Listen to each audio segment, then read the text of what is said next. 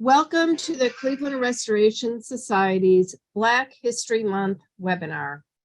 I'm Kathleen Crowther, President of Cleveland Restoration. We're really happy to be taking some time with you today to reflect on Cleveland's history. We are particularly grateful to Dr. Nishani Frazier, who has prepared a special presentation on Cleveland's role in African-American civil rights. We have scheduled this event to coincide with Black History Month, but I like to say that at Cleveland Restoration Society, Black History Month starts on January 1st and ends on December 31st.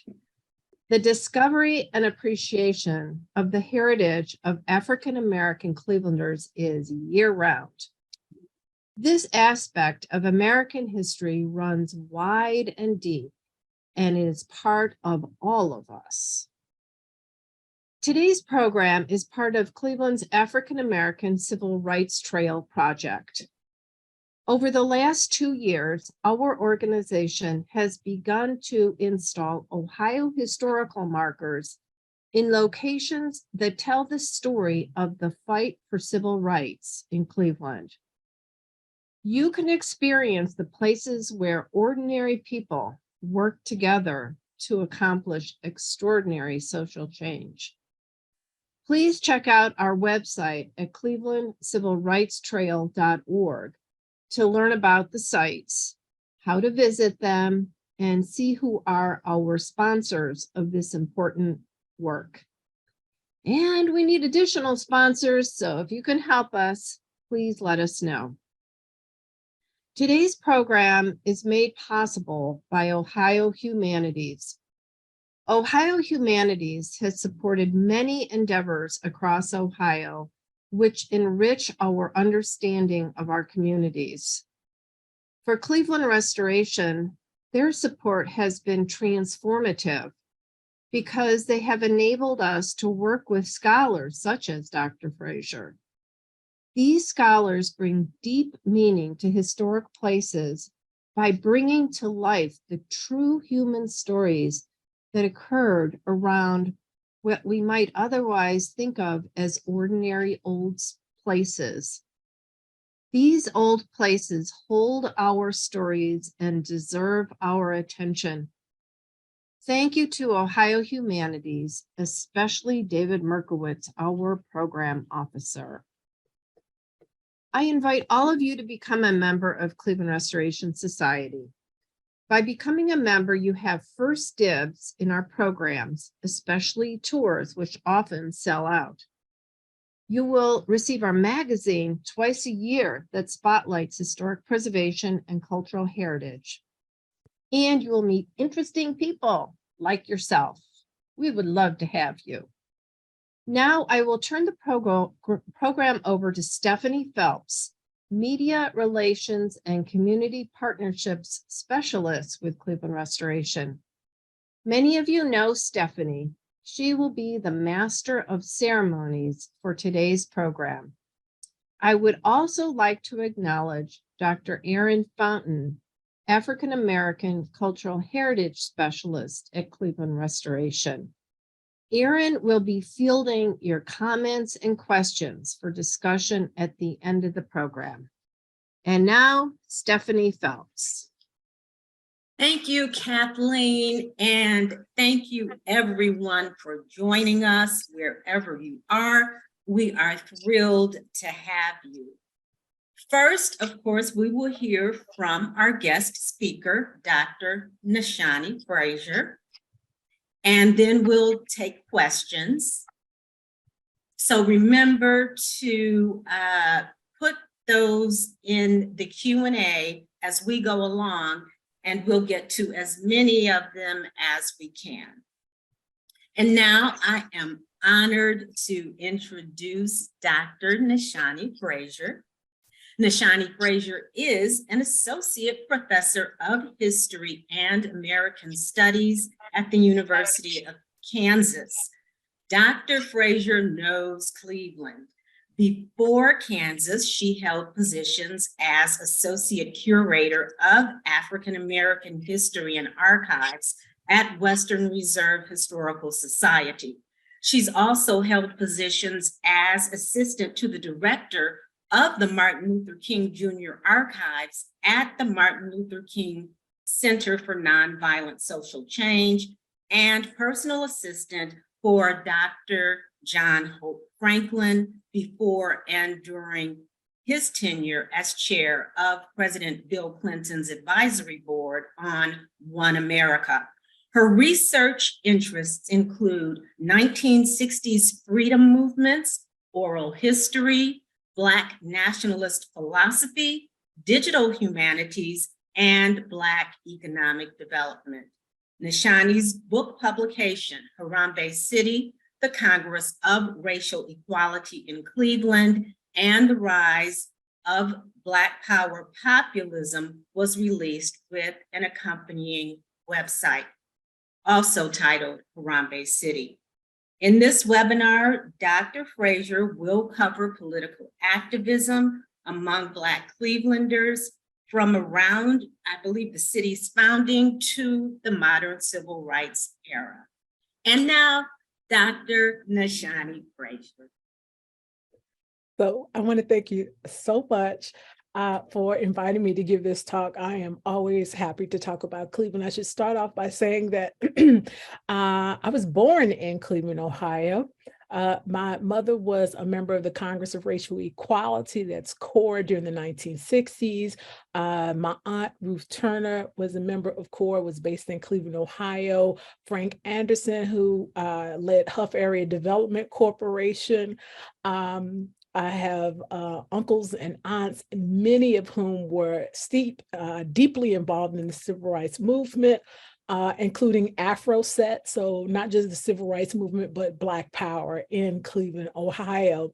So I say that to say that in a lot of ways, this is a labor of love and a family story that very much guides, right, my thinking about how we understand civil rights movement and activism in CORE. So I'm actually going to start off with my narrative about my mother, who was a member of Cleveland Chapter CORE, who is called in to do protests in Chicago. And I think that does a great job for setting the stage, right, for understanding activism in civil rights movement activities in Cleveland, right?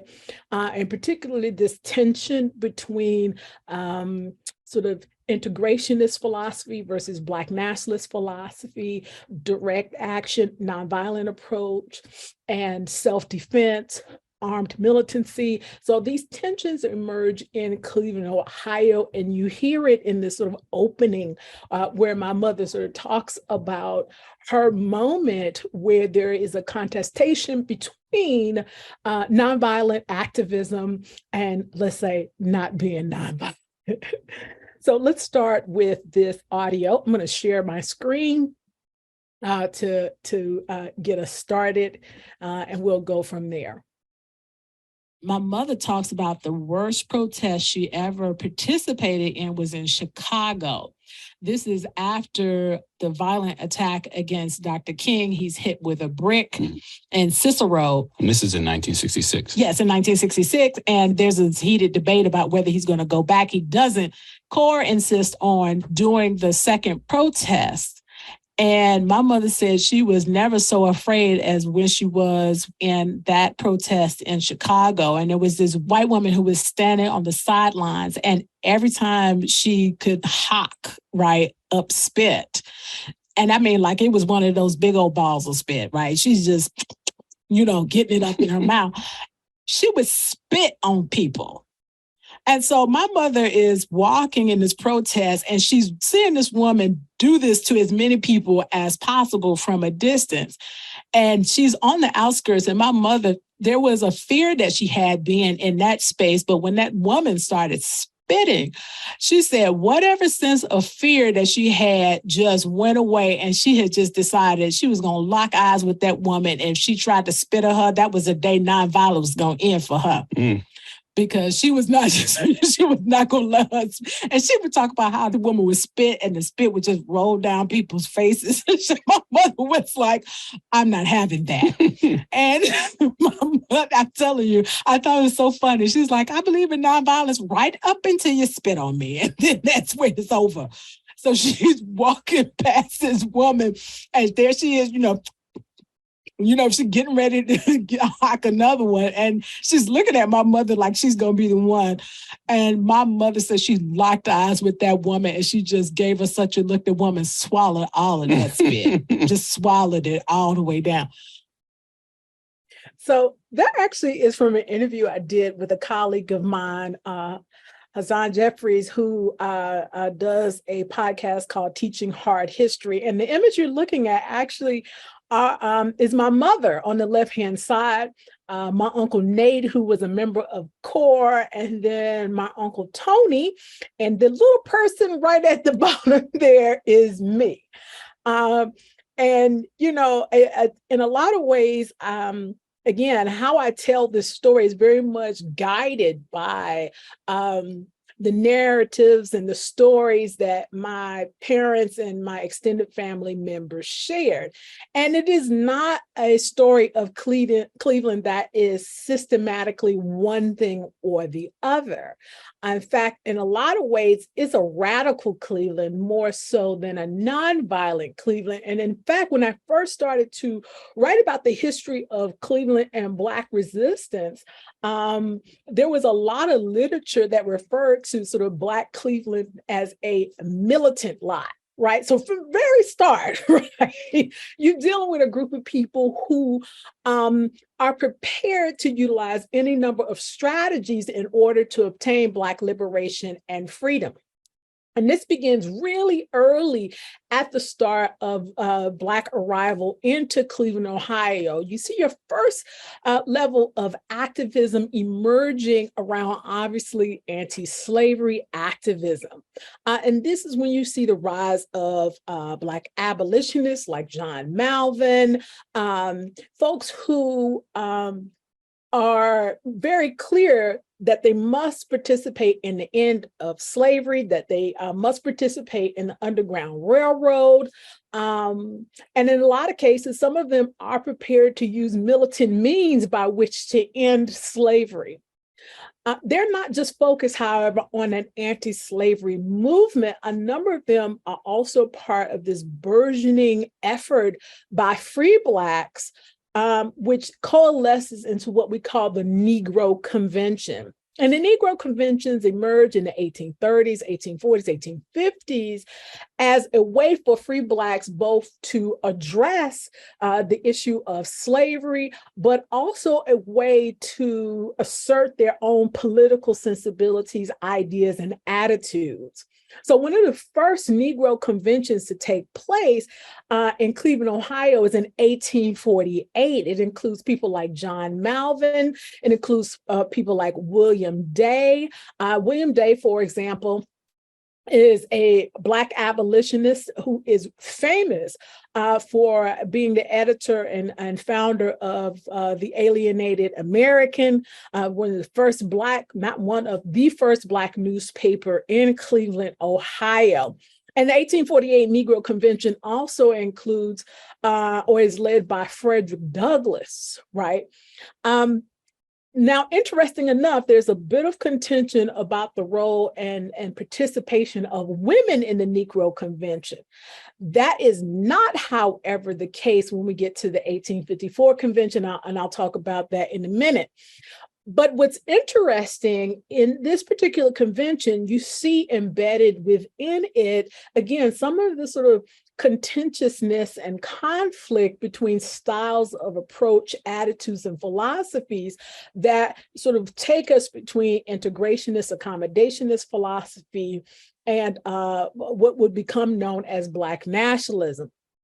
And certainly, you see these tensions. A number of the people who are involved in the 1848 Negro Convention are Black business leaders. However, they very much eschew trade labor, right? And this is something that you'll hear, for example, coming up when we talk about turn of the century, Booker T. Washington and his belief that trade labor is a tool or a method for Black people to eventually move toward liberation while also being accommodating to segregationist policies. But as early as 1848 in this convention, there is a group of Black leadership who is not supportive of this type of labor.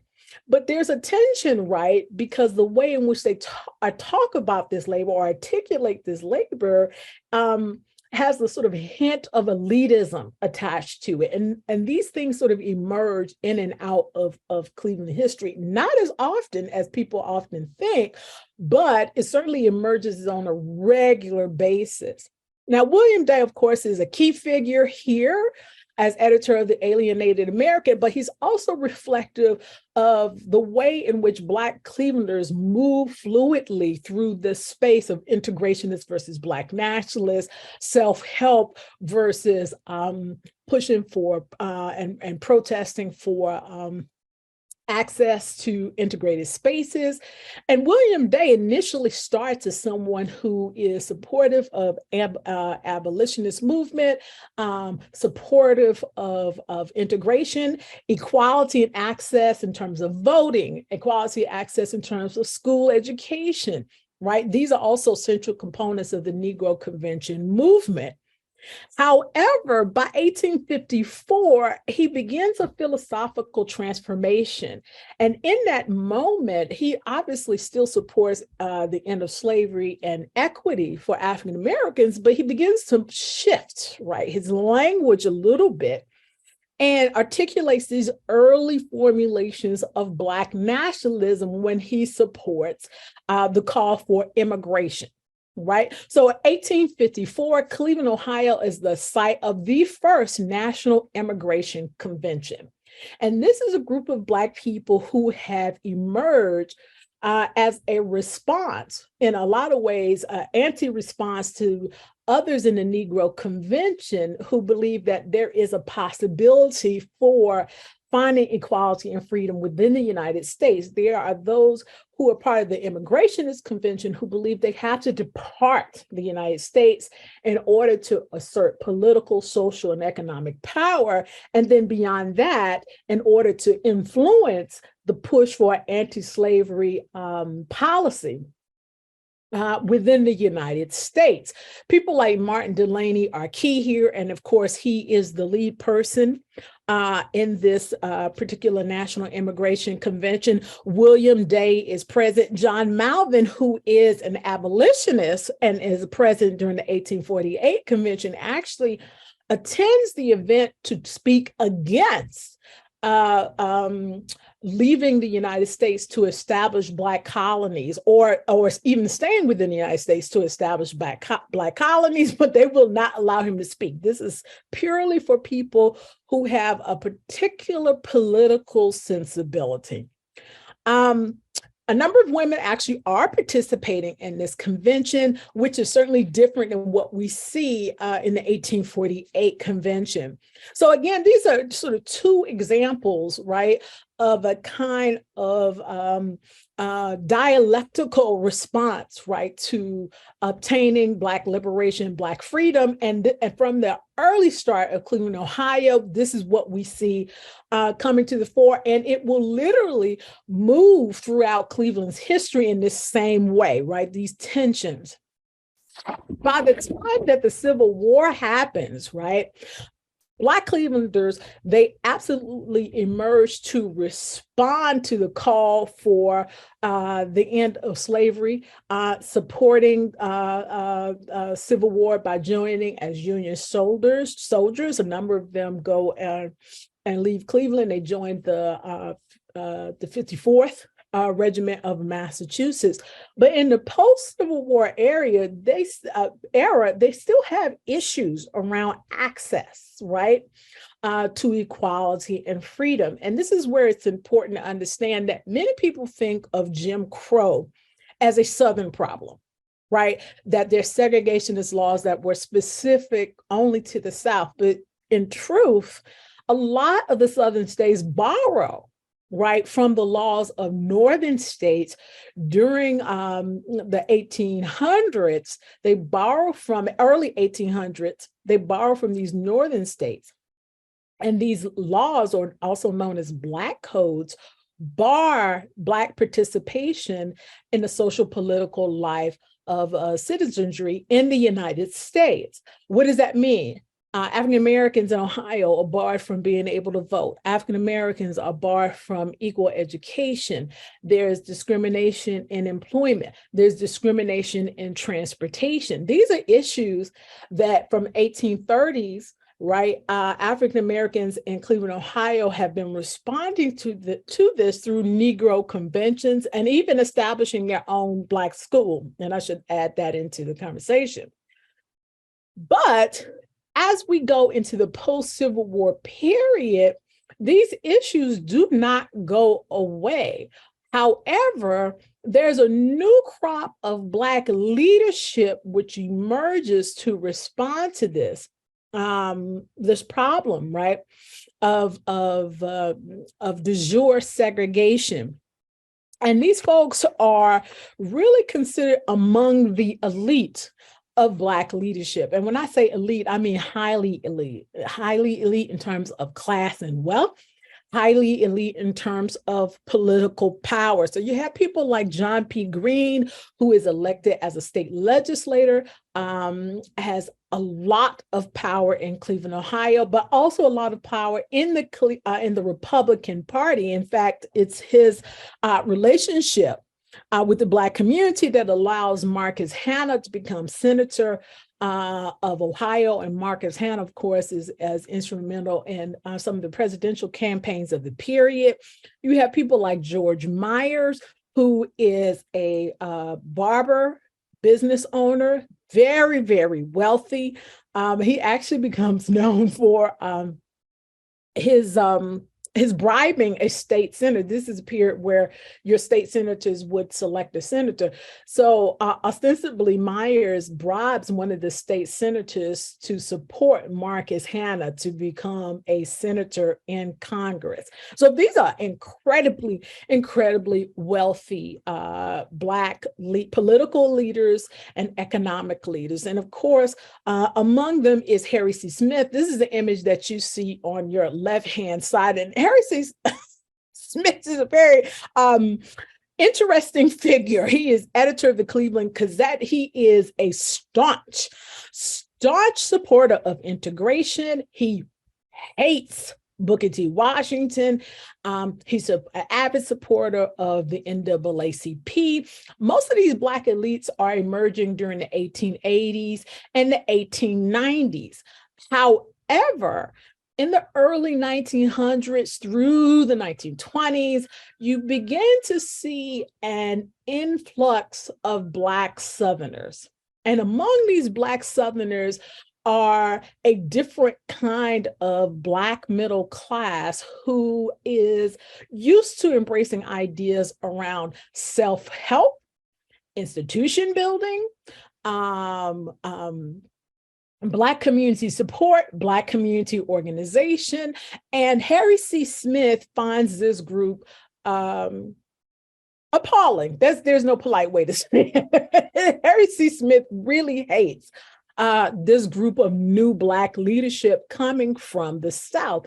From his perspective, these Black Southerners bring with them attitudes and ideas about segregation, which he believes are not actually a part of Cleveland, Ohio's atmosphere and political social reality. Now, realistically, that's actually not true. With the incoming increase of the Black population, Cleveland begins to solidify around these ideas of racist segregationist policies. So these policies are already in place, but then they begin to really harden. All right. And then, of course, this is also combined with the issue of a residential segregation where African Americans are pushed into one area of Cleveland, Ohio, particularly around the Central Avenue corridor. And so from Harry C. Smith's perspective, this increase in the Black population is what has disrupted what he views to be good political ties with white elites, the white political structure in Cleveland, Ohio. And that contentiousness then turns into this very much vitriolic news articles on Black Southern institutions. And a favorite of his is Jane Edna Hunter. I mean, it'd be nice if I could say, he disliked her, but that's not a strong word to describe the way he attacks her, and particularly the Phyllis Wheatley Association. She is a particular target by Harry C. Smith and his Cleveland Gazette, right, of which he is an editor. And Jane Edna Hunter represents that, remember I tell you this sort of dialectical response, represent that kind of Black self-help building, right, that is unique to a group that we call the New Negroes. In the 19-teens and 1920s, there is a Black community growing in urban spaces in both the West and the Midwest and in the North. And these Black communities are coalescing into political and cultural spaces that are highly independent and internally interlocked and networked and connected. So what that means is that a lot of these communities don't require or are not necessarily tied to the white elite in the same way that early Black elites are. These are people who build their own business based on Black constituents, right? These are people who build their own political life around Black constituents. And so the new Negroes coming in these 1900s and 1920s are pushing for their own and creating their own institutions, which Harry Smith views as segregated institutions, right? However, for the new Negroes, these are simply institutions that are necessary for helping new arrivals, Black new arrivals from the South. And this is particularly important because these new arrivals are not just dealing with problems of segregation and discrimination and overcrowding, right? There is a high degree of inequity around housing, especially where they're being sequestered into spaces where homes are being converted from one-family homes into multifamily homes, and then they're overcharged rent. There was an extreme case in which a train company converted train cars into, and by the way, you did not have your own home, train car home. That was divided into 3 spaces for 3 different families. So it gives you a sense of the extremeness, right, in which not just inequity is happening, but sort of creating a circumstance of economic deprivation, right, and suppression and oppression within the Cleveland atmosphere.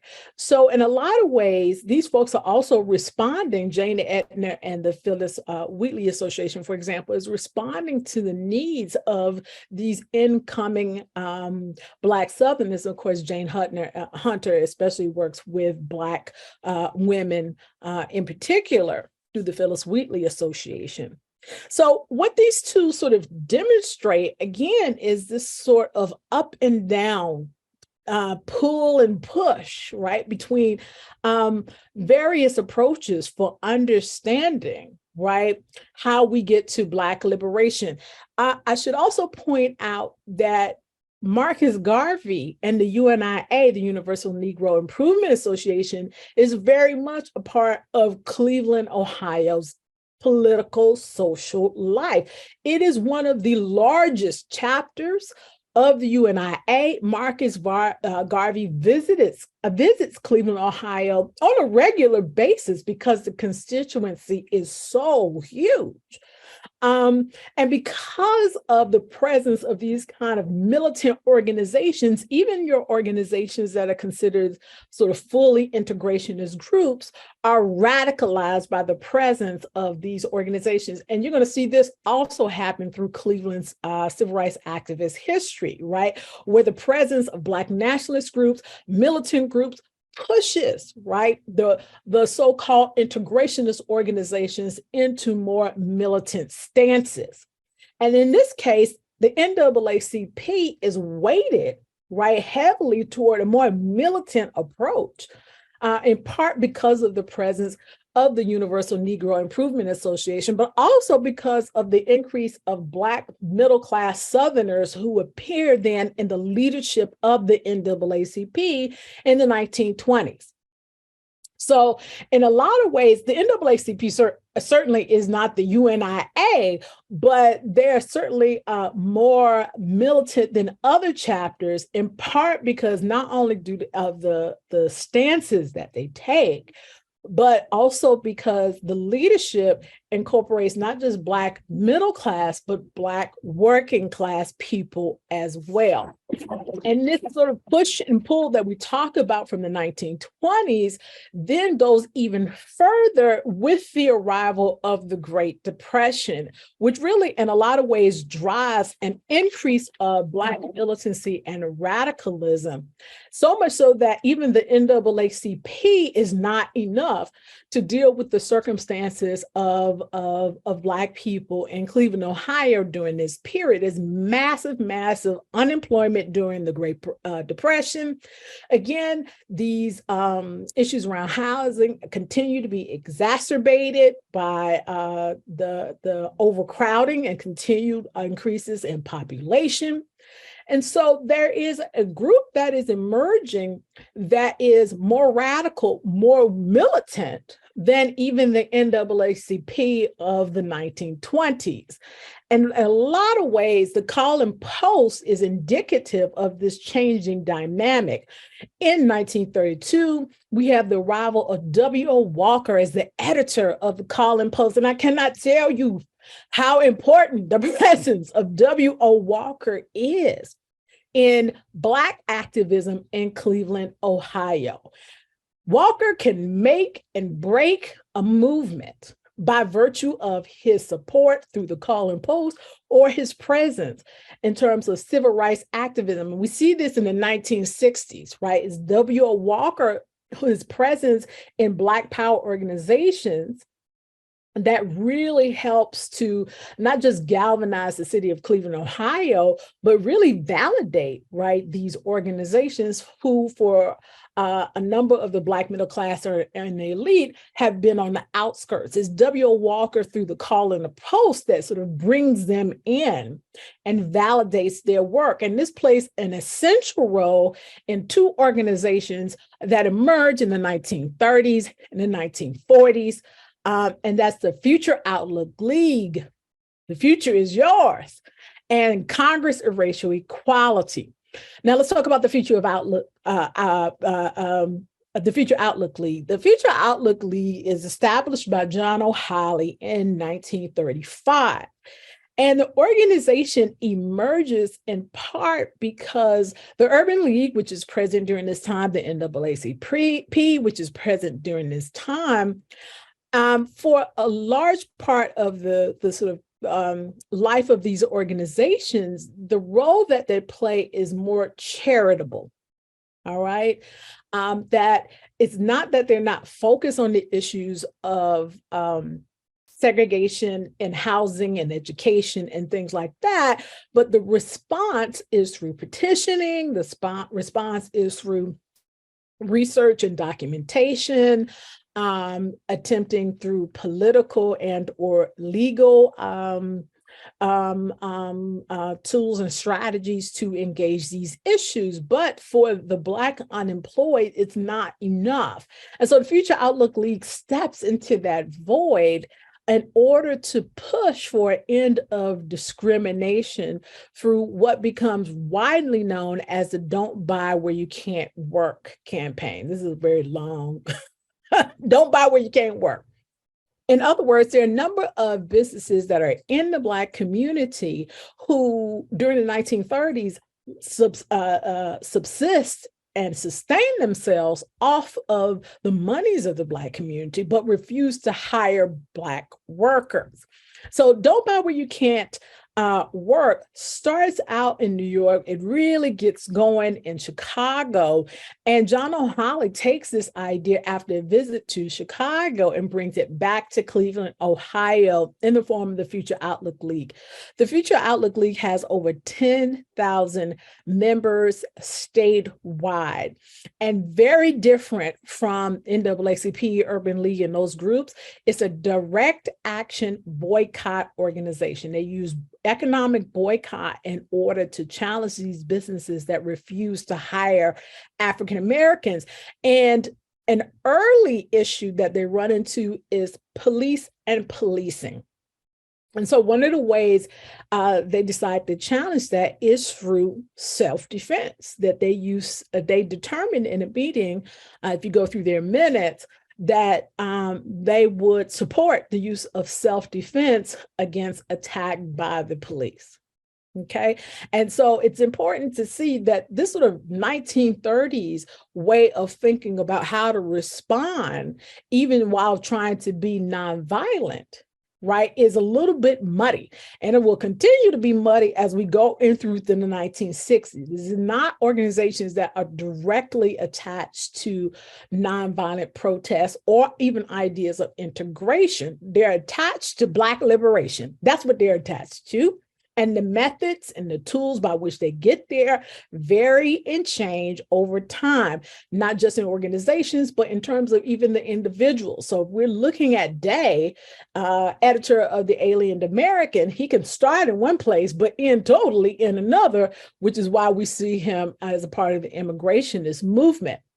The Future Out League is the most militant organization in Cleveland, Ohio in the 1930s. W.O. Walker lends his support, greatly needed. By the 1940s, Future Outlook League begins to go into decline, but John O'Hally begins to move into the Democratic Party and becomes a Democratic Party operative, which then heightens his power. And a young man by the name of Carl B. Stokes would come under Holly to be an apprentice, if you will, learning to understand the political machine that is in operation in Cleveland, Ohio.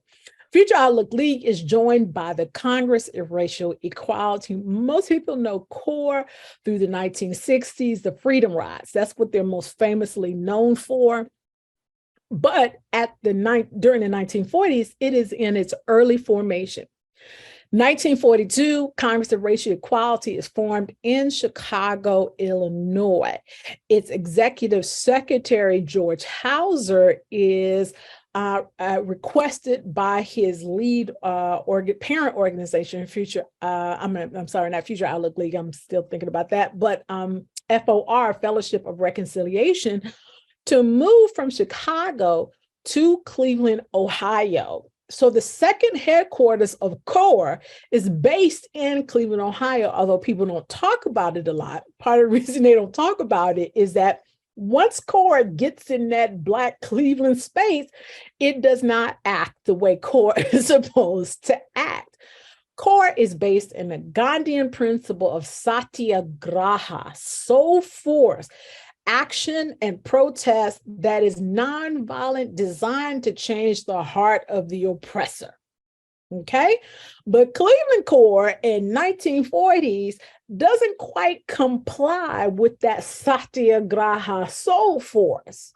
So in the early period, CORE immediately runs into tension with Black members who are prepared to use armed self-defense. And this is what happens in Euclid Park, which is very famously known as the Euclid Park Riot. Which is an extreme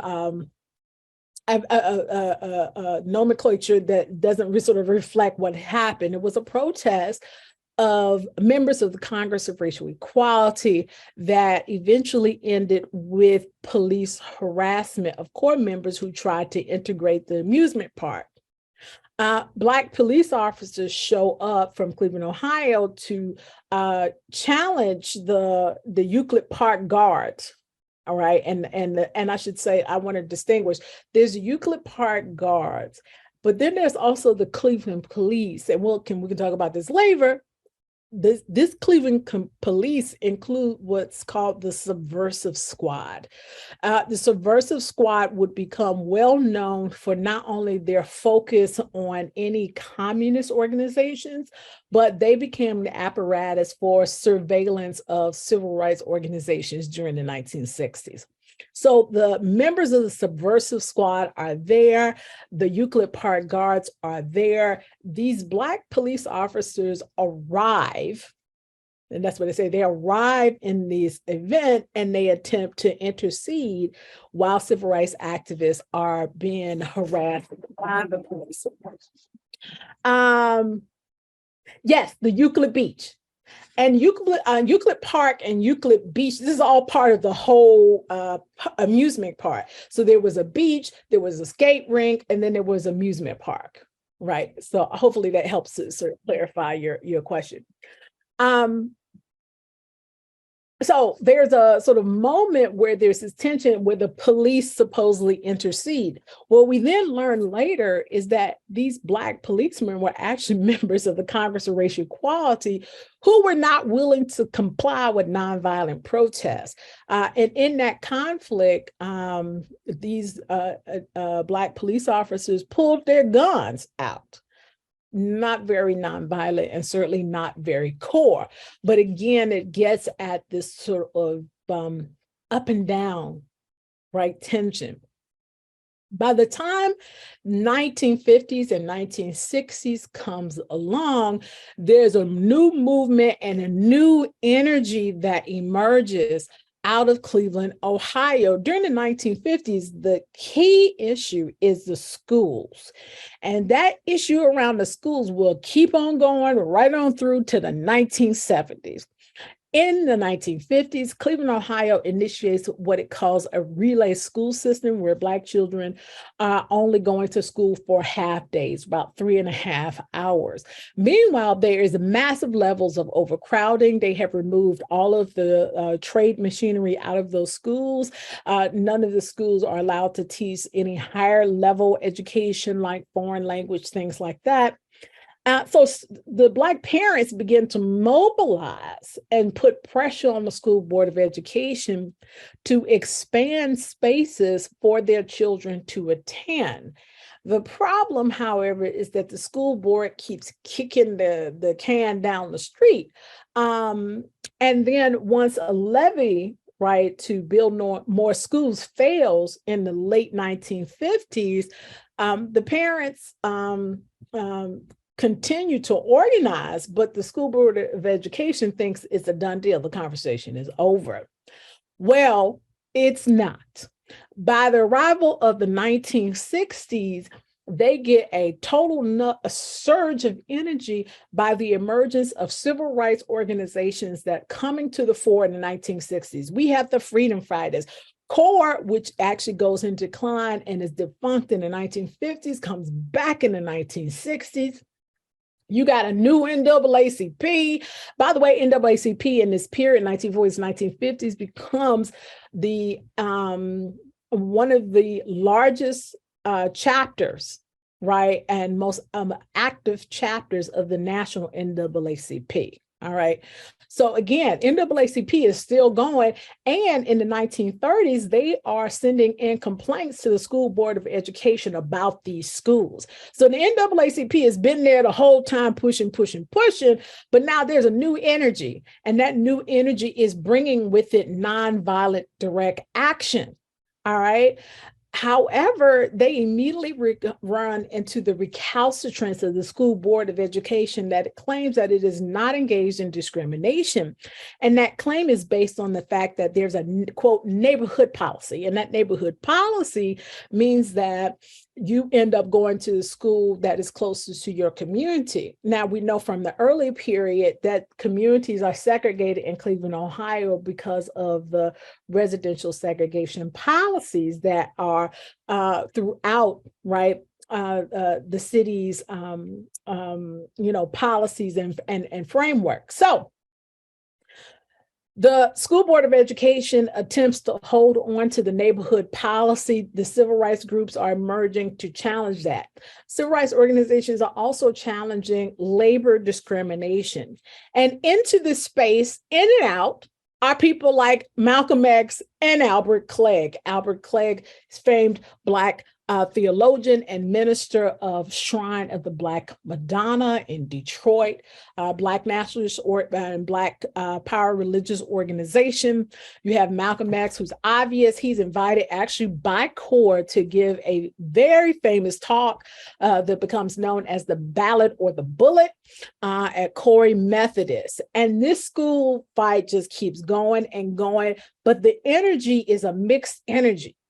They're trying to do nonviolent direct action protests, but that sort of underlying sort of flow of Black nationalism, Black power is already emerging before and total embrace of Black power by civil rights organizations. With the death of Bruce Clunder and the failure to desegregate schools, the organization, CORE in particular, moves more aggressively toward Black power after the death of Bruce Clunder, who is famously crushed by a bulldozer as he, and I'm sorry, I should have given a trigger warning, as he is protesting school desegregation in Cleveland, Ohio. So this drives civil rights activists toward a more militant approach. And in that process, they are embracing ideas of Black political power, Black economic power, Black social power, all of which galvanizes eventually into the election of Carl B. Stokes. But not as famously, it also turns itself into Black economic power through this really interesting way of thinking about community wealth building. This is a McDonald's owned by Huff Area Development Corporation, where not only do the workers own stock in the McDonald's, but Black communities in surrounding Huff and Glenville can also purchase stock through layaway, through sweat equity, and or through working for the McDonald's, so that wealth is not just built through labor, but built through ownership. And it's not just those who work for the company, but the whole of the community that can benefit. And ultimately, a lot of the civil rights activism and this energy begins to burn out and disperse, but not before the NAACP, it makes one last push against school desegregation in a very famous case, 1973, Reed versus Rhode. There are 12 complainants who bring a case against the School Board of Education for deliberately engaging in discrimination, and they win that case. But the case is dramatically different than just the Brown versus Board of Education, because attached to it is not just an end to segregation in terms of population ratio, but a requirement that schools have to demonstrate an increase in Black educational access, right? And Black student educational development. Right? That's not just about whether your child is sitting next to this other child, right? But that they are getting the skills that schools are supposed to provide. For the most part, this marks a dramatic end in a lot of ways to the civil rights movement in Cleveland, Ohio for the 1950s, 1960s period. It does not go away, but it certainly goes in decline, in part because of the rise of a Black political activism and movement. However, we see it resurge again with the arrival of Black Lives Matter. But in a lot of ways, there's a tension, right? Similar to what we talked about earlier, it's the Black middle class that has political access and political power, but there's a tension with Black working and poor where the issues of Black economically oppressed are still not quite being examined or not examined, but dealt with by the current political apparatus, right? So these tensions continue to remain in Cleveland, Ohio, and it continues to be defined by this varied approach to thinking about what is Black liberation. Okay. And I will end it right there. I tried to get it in 40 minutes, but it's really hard to cover a lot of Cleveland history. But this is the time, if you've got 10 more minutes, if you're willing to stick around, we'll talk about your questions. All right. All right. Well, I appreciate it, Dr. Frazier. And as people put their questions and answers into the Q&A section, I'll actually start off with a question in advance. So, yeah, first question is, of course, a fellow historian, there's definitely been a rich scholarship over the past 20 years about civil rights movement in the North. So I wanted you to talk about some of the similarities and differences between Cleveland and Southern communities in terms of how Blacks were disenfranchised and how the activism emerges in the city. So this is interesting because a lot of people assume there's a distinction between what we call de jure and de facto segregation, right? De jure is considered segregation by law and segregation by fact, de facto. And in a lot of ways, that sort of division is both true and untrue. It is true that a lot of things are done by fact, which is why the School Board of Education could simply say it was not engaged in discrimination because it had a neighborhood policy and the policy did not designate race. However, they in fact had policies that allowed white students to transfer outside of Black schools, which were absolutely based in racial discrimination. So what we find in Northern spaces is really kind of a hodgepodge, things that are created by social economic dynamics, and then the actual policies that are on the books, some of which are official policies, political policies, and some are social. When you think about housing racial covenants, these are community decisions and policies that bar African Americans from entering into a community. So these are the sort of differences, right? You see these de facto elements, but there is the de jure coming in as well.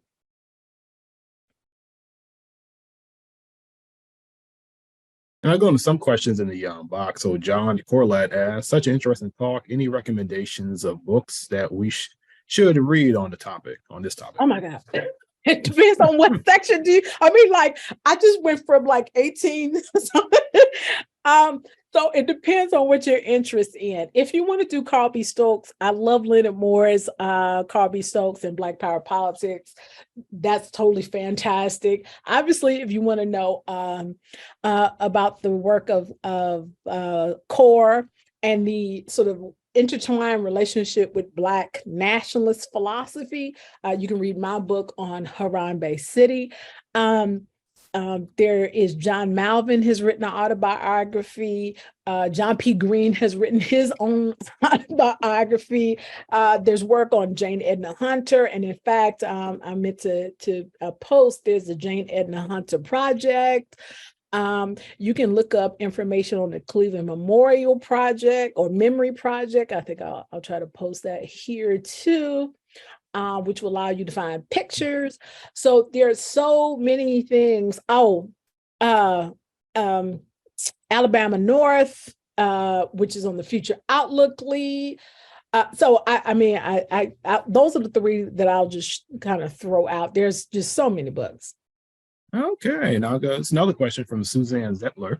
Can you speak in more detail about the incident at Euclid Beach Park and the role of the Black police officers? For example, were they pulling guns on the white officers that were harassing the protest?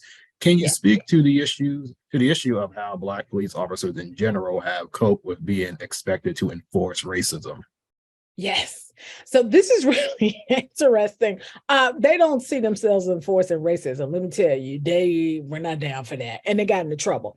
So these two Black officers actually were members of CORE. As CORE is planning to go protest during the Euclid Beach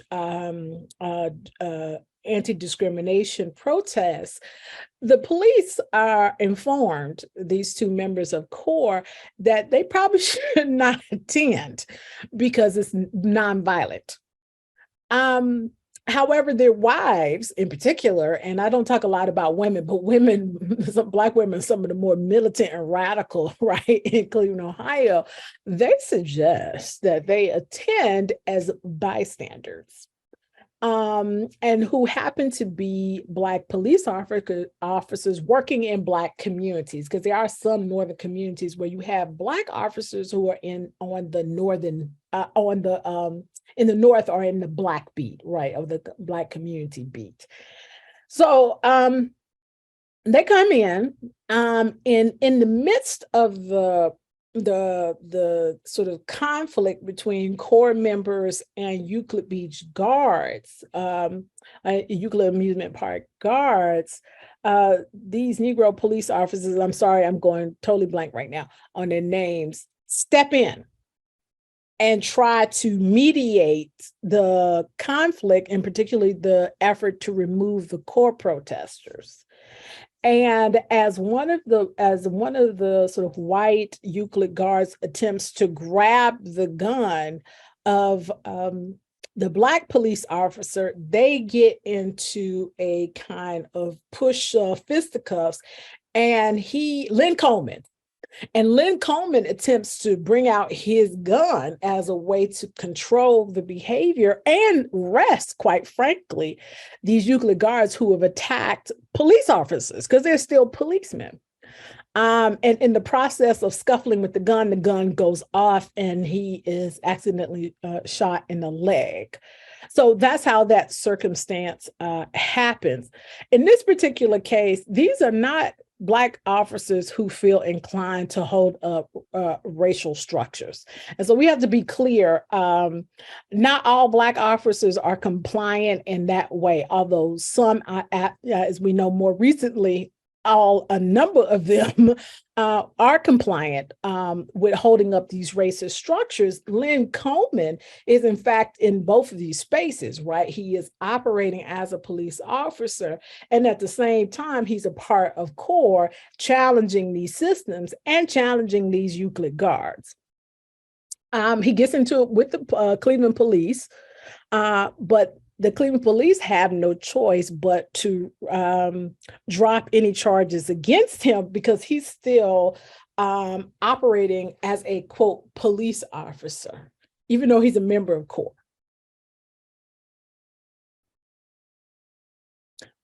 Sorry. Yeah. So we have a question from Richard Peary, former journalist for Call and Post and Plain Dealer. It's like, can you comment on the relative unity in the community in the 1960s and the apparent class divisions today? Yes. So we want to be careful with the language of unity during the 1960s, because that is a complicated narrative. The NAACP is often not happy with the Congress of Racial Equality or the Freedom Fighters. They view them as too militant in their approach, too militant in terms of direct action protests. So we want to be clear in distinguishing unified action from unity. Okay, that's the best way to describe it. They operated in a unified action under the United Freedom Movement, but internally there was a lot of conflict. And when there was a discussion that emerged about whether to support Carl B. Stokes, that actually ends up with the breakup of the United Freedom Movement, because NAACP doesn't want the civil rights organization to be drawn into a kind of political set of circumstances, whereas groups like CORE and the Freedom Fighters find it essential to civil rights activism to engage in political activities. So it is not a straightforward unified unity that we see. They are unified, but there are moments in which they break away from each other. This is the profound greatness of W.O. Walker, because utilizing the call and post, in a lot of ways, his sort of news organ allows for a kind of shield that kind of pushes for a unified response. Because of the kind of pressure that he brings about with access to this Black citizenry, Black Clevelanders who get behind the call and post. And if you get behind the call and post, then you better fall in line. Now, I want to make myself clear that what you see now, right, is a more sort of bifurcated set of circumstance. There's always been a clear Black elite and middle class in Cleveland, Ohio, always. The difference is the degrees to which these two groups, like Black working class and the Black elite, are put in circumstances where they are pushed to work with each other. In the 1960s, in a lot of ways, they're pushed to work with each other because white political officials in Cleveland, Ohio, are so recalcitrant in their discrimination and racism that it kind of galvanizes the group, even if they fight over how to deal with it. Now you have a circumstance where the Black political structure is, the political structure is in part led predominantly by Black politicians who are in contention, if you will, with sort of average everyday Clevelanders in terms of how to think about a vision for Cleveland and move forward. Okay. I would say I know that some people are leaving, but there's like two more questions, or I see in the chat. Sure. So I understand, but I'll go to still some of the Q&As. So Corey Hill asks, can you comment on how the history of Cleveland civil rights can help us understand how gentrification and economic development on Cleveland's east side, i.e. Opportunity Corridor, Ottaway, may erase the Black community in ways not seen this century? So they did not say that my work now is on gentrification. And I use the activities and ideas of Cleveland Core and the Target City Project, which is in Cleveland, Ohio, as a white paper to reconstruct civil rights approaches to challenging gentrification. So let's get into it. Here's the problem. There has been and always has been tension around residential segregation and the devaluing of Black economic property, whether it be in the form of businesses or housing. The distinction, however, has been the question of how to respond to deterioration and decline in the community. Recently, they have created this corridor, and these corridors are the kinds of things that act as a kind of red flag to developers. And we see what happens is that once you sort of demonstrate that there's going to be an influx of monies that will focus on a particular area, what it does is lend itself to developers trying to come into Black communities, purchase things cheaply, and I mean offensively cheaply, and then renovate and change these spaces. I should also point out that even organizations like Habitat for Humanity, who mean well, are fully aware of the fact that their rehabilitation and building of homes also acts as a kind of incentive for neighborhood change that drives up prices, drives up property taxes, and lends itself to the removal of the Black community. And Huff is also bound by what I sometimes refer as a Trekkie to the Borg. And that's Cleveland Clinic. You will be assimilated. Resistance is futile.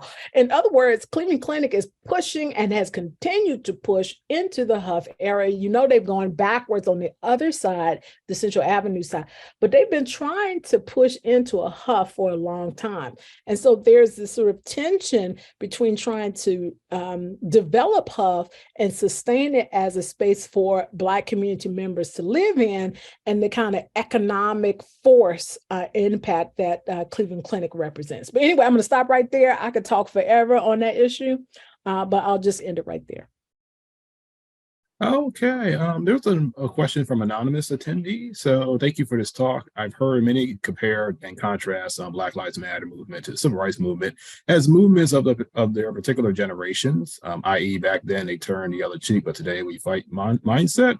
Are these two movements similar, same, or different? Is BLM considered a true movement on the scale of the Civil Rights movement, which resulted in changes in public policy? Yeah, Black Lives Matter likes to pretend that they're unique. They're not. And if you look at Cleveland history, that radicalism and militancy has always been a part of Cleveland civil rights.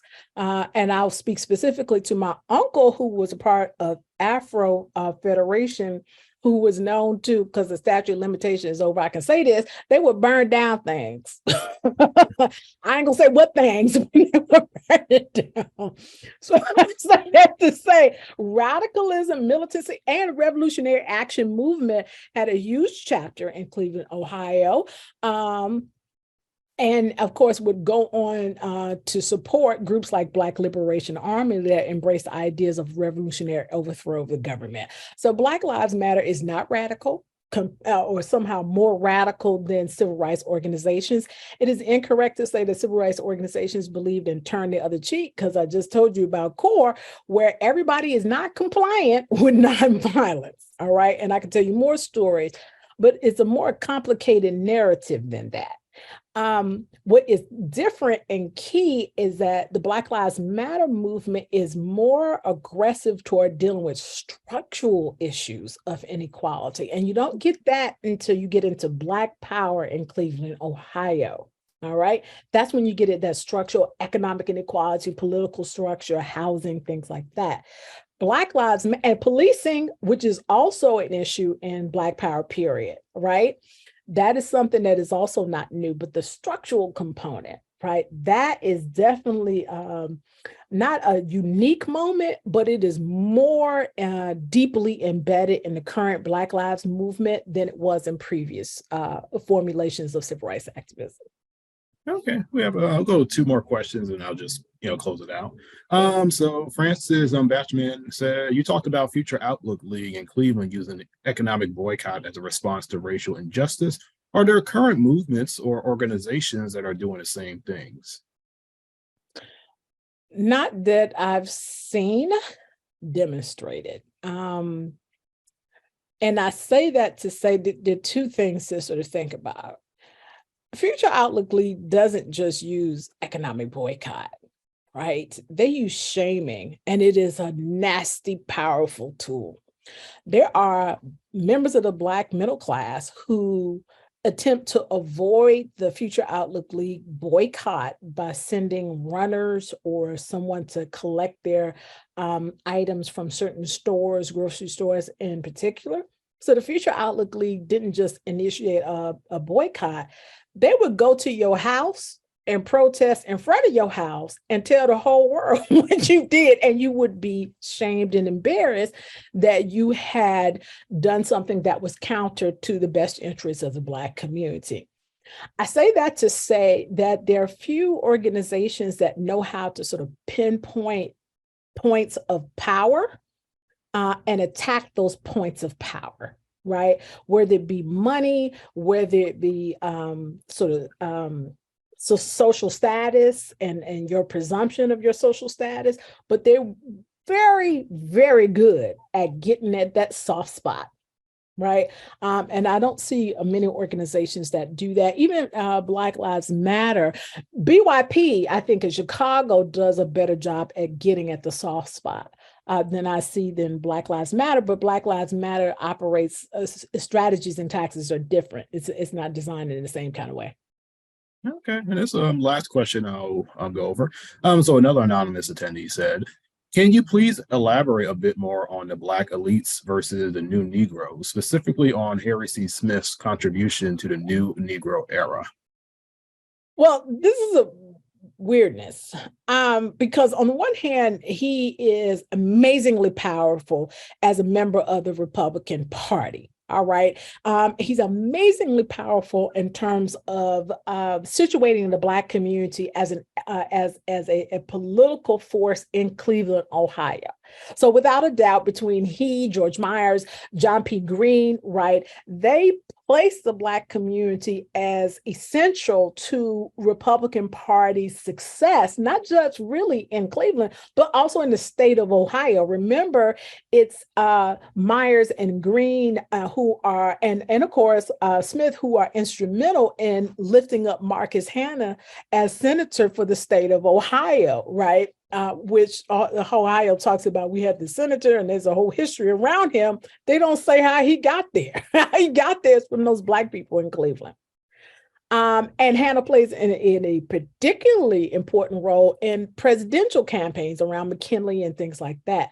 So I don't want to be dismissive. And John Green establishes the Ohio state civil rights laws, and these become the foundation for 1960s activism, right? So it's not to dismiss these people, but it is to say that the kind of protest and the kind of activism is different from these new South or new Negroes who are centered within the Black community and sustained by the Black community.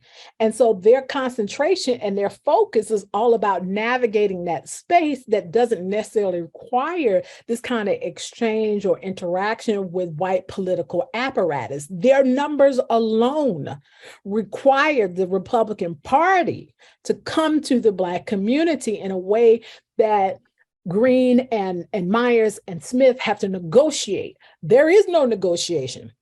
Starlight Boyd, who is a number runner at the turn of the century, right, is a political mover and shaker, one of those new Negroes, right, because he can gather in the votes of this huge increased population that then allows for these white Republican figures, a local and statewide, right, to emerge and get placed in certain kinds of positions.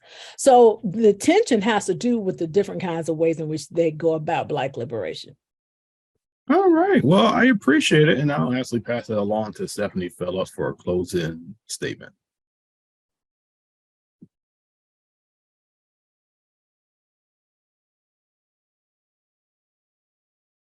Well, Dr. Nishani Frazier, thank you so very much for the wealth of information and knowledge that you shared with us.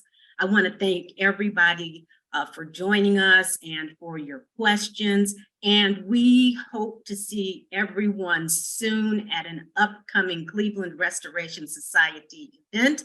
For more information or details, go to clevelandrestoration.org. Bye, everybody.